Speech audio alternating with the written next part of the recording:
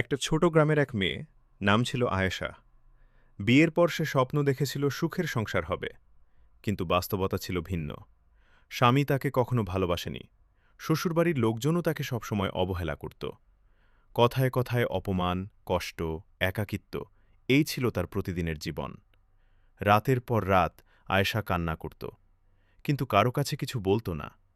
শুধু আল্লাহর কাছে হাত তুলে বলত, হে আল্লাহ, তুমি তো সব দেখছ, আমাকে সাহায্য করো। একদিন খুব অসুস্থ হয়ে পড়ল সে, তবুও কেউ তার পাশে দাঁড়াল না। সবাই ব্যস্ত নিজেদের জীবন নিয়ে। কিন্তু সেই রাতেই সে তাহাজ্জুদের নামাজ পড়ল কাঁদতে কাঁদতে। আল্লাহর কাছে সে তার সব কষ্ট খুলে বলল। কিছুদিন পর আশ্চর্যজনকভাবে তার জীবন বদলাতে শুরু করল। স্বামীর আচরণ ধীরে ধীরে নরম হল, পরিবারও তাকে সম্মান দিতে শুরু করল। আয়েশা বুঝল, মানুষ না বুঝলেও আল্লাহ কখনো বান্দার কষ্ট অগ্রাহ্য করেন না। শেষে আয়েশা হাসল, কারণ সে জানত যে ধৈর্য ধরে আল্লাহ তার জন্য সুন্দর কিছু লিখে রাখেন।